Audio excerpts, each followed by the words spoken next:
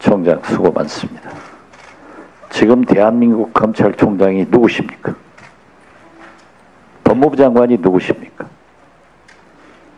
세상에서는 우병우 민정수석이 법무부 장관과 검찰총장을 겸직하고 있다, 이렇게 얘기를 합니다.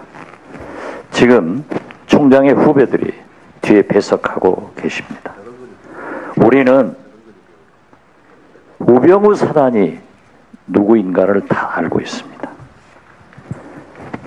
차기 검사장 승진에도 유력한 23기 출신들이 중앙지검 차장 누구, 재경지청장 누구누구가 된다, 이게 보인다, 이렇게 하고 있는데 문제는 우병우입니다. 후배 검찰들이 그러한 인사가 보이는데 우병우 민정수석을 그대로 두고 검찰총장이 영이 서겠습니까? 자, 그래서 우리 야당에서도 진경준, 김정은 이 사건이 났을 때 저도 딱 한 차례 이 책임은 법무부 장관과 검찰총장이 져야 된다라고 주장했다가 거둬들였습니다. 저는 검찰총장께 책임을 묻지 않습니다. 질 이유도 없습니다.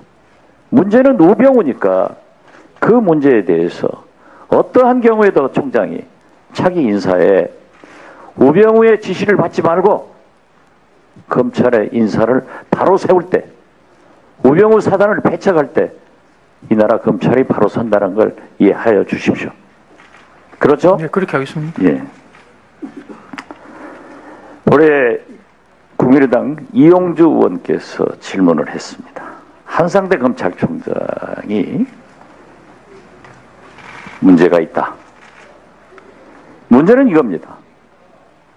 일본계 대부회사인 SBI 홀딩스 코리아, 자회사인 베리타스 인베스트먼트, 이 회사의 한상대 전 검찰총장은 고문입니다. 그런데 이 회사의 전 대표가 검찰의 내사를 받고 이 회사에 압수수색을 하니까 이 회사에서는 깜짝 놀라가지고 자기들은 입건도 되지 않았는데 전 대표 개인 비리인데 4개의 법률사무소 및 로펌에 사건을 의뢰했습니다. 그 수임료가 거의 17, 8억이 됩니다. 여기에 한상대 검찰총장이 자문료로 2억 2천만 원을 받았으니까 박영선 의원은 기재위에서 국세청장에게 세금을 납부하고 정식 선임계를 냈느냐 하는데 아직도 국세청에서는 세금 납부 여부를 묻지 않기 때문에 문제가 된 거예요. 이것이 잘못 알려져서 20억이다. 그래서 제가 이건 아니다 라고 했는데 그 보고 받았습니까? 그런 내용까지는 못 받았습니다. 못 받았습니까? 이렇게 문제가 되고 있는데도 반드시 대검 국정감사에서 얘기가 될 텐데도 보고를 안 받으셨다.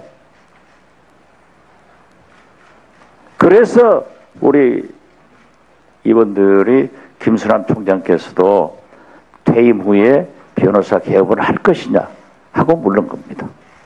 대한민국 검찰총장을 지내신 분이 일본계 대부회사의 법률 고문도 맡는 것도 일반 변호사 같으면 괜찮습니다. 그러나 저는 도덕적으로 의심이 됩니다. 꼭 이렇게까지 해야 되는가? 그리고 사건도 되지 않은 그 회사에서 과연 2억이 넘는, 제가 볼 때는 2천만 원 부가세까지 받은 것 같아요. 고문이 사건 수임도 안 나고 전 대표가 하는데 이쪽 회사에서는 화들짝 놀라서 하는 이러한 일이 검찰총장이 한다고 하면은, 전 검찰총장이 한다면은 도덕적으로 용납이 되겠느냐 이겁니다. 총장 어떻게 생각하세요? 그렇죠. 그 부분에 대해서는 제가 뭐 오케이, 진상을 좋습니다. 어떻게 정확하게 예, 좋습니다.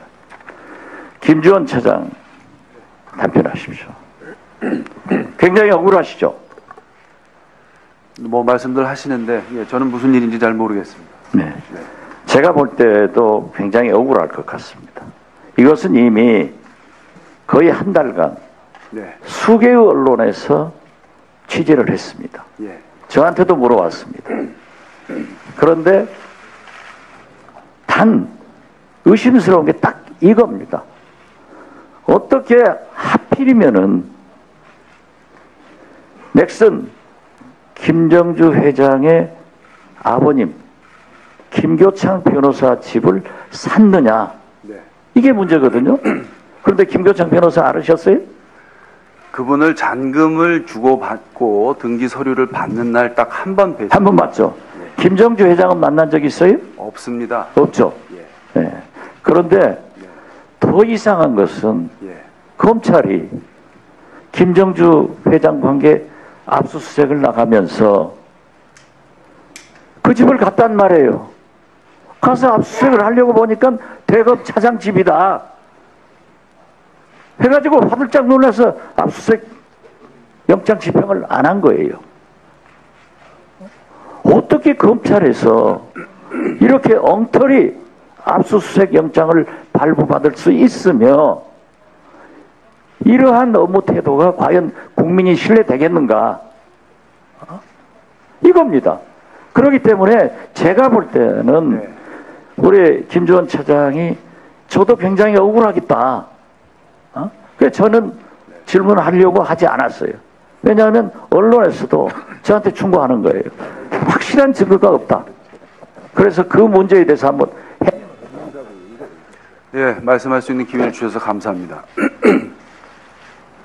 저는 그 집 부근에 있는 그 아파트의 전세를 살고 있었습니다. 그런데 그 집 주인이 바뀌고 새로운 집 주인이 2006년도 가을에 집을 비워달라 했습니다. 그래서 아이들 학교 문제도 있고 멀리 갈 수 없는 형편이라 그 집 단지 내에 있는 부동산에 새로 살 집을 그렇게 찾기 시작했고, 또 다른 그 부동산과 연결해서 뭐 지금 살고 있는 집을 소개받게 됩니다. 그 부동산 거래 업소를 통해서 이렇게 거래를 하게 됐고, 당시에 그 집 소유자는 아마 그 집에 살고 있지 않았던 것으로 그렇게 알고 있어서 부동산을 통해서 전부 거래를 했습니다. 그리고 잔금 지급하느라 아까 말씀드린 대로 단 한 번 만났고, 아까 어느 의원님 질의하시는데 그 집이 김정주 회장 이렇게 뭐 말씀을 하시던데 무슨 근거를 갖고 말씀하시는지 잘 모르겠습니다. 제가 지금 거의 한 3주일 동안 언론으로부터 이 질문을 받아왔고, 그래서 과거에 먼지 묻은 제 서류를 전부 찾았습니다. 일단 부동산 등기부 등본을 보십시오. 91년도에 전 소유자인 김교창 씨가 등기를 해서 저한테 이전을 할 때까지 그대로 등기 명의가 유지가 됩니다. 부동산 등기 명의자가 김교창 씨입니다. 부동산 매매 계약서입니다. 매도인이 김교창, 매수인 김주현입니다. 부동산 등기 중개업소 두 군데가 지금 중개하고 있습니다.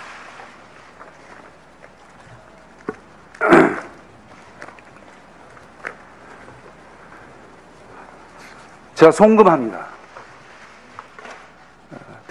계좌 명의자 김교창, 보낸 사람 김주현. 마지막 날 김교창 씨로부터 제가 잔금을 주고 영수증을 받습니다. 자필로 되어 있는 영수증입니다. 김정주가 어디 나옵니까?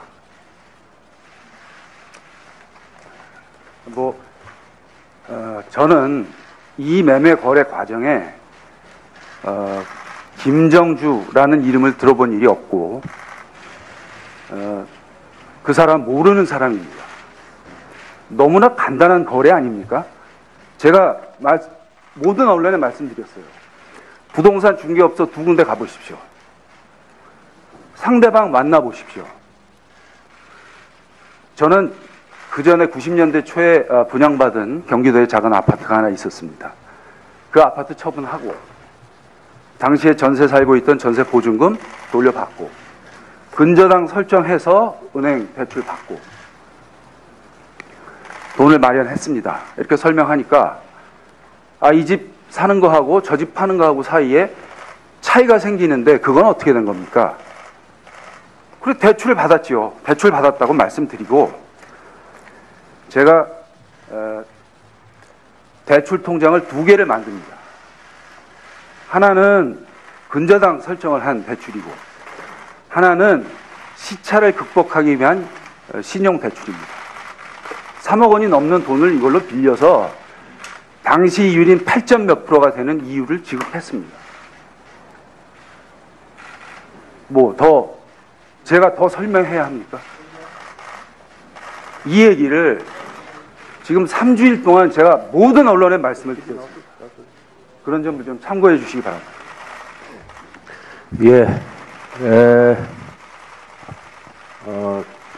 우리 차장 검사께서 굉장히 억울하셔서 조금 흥분된 상태에서 그 억울함을 많이 토로를 한 것 같습니다.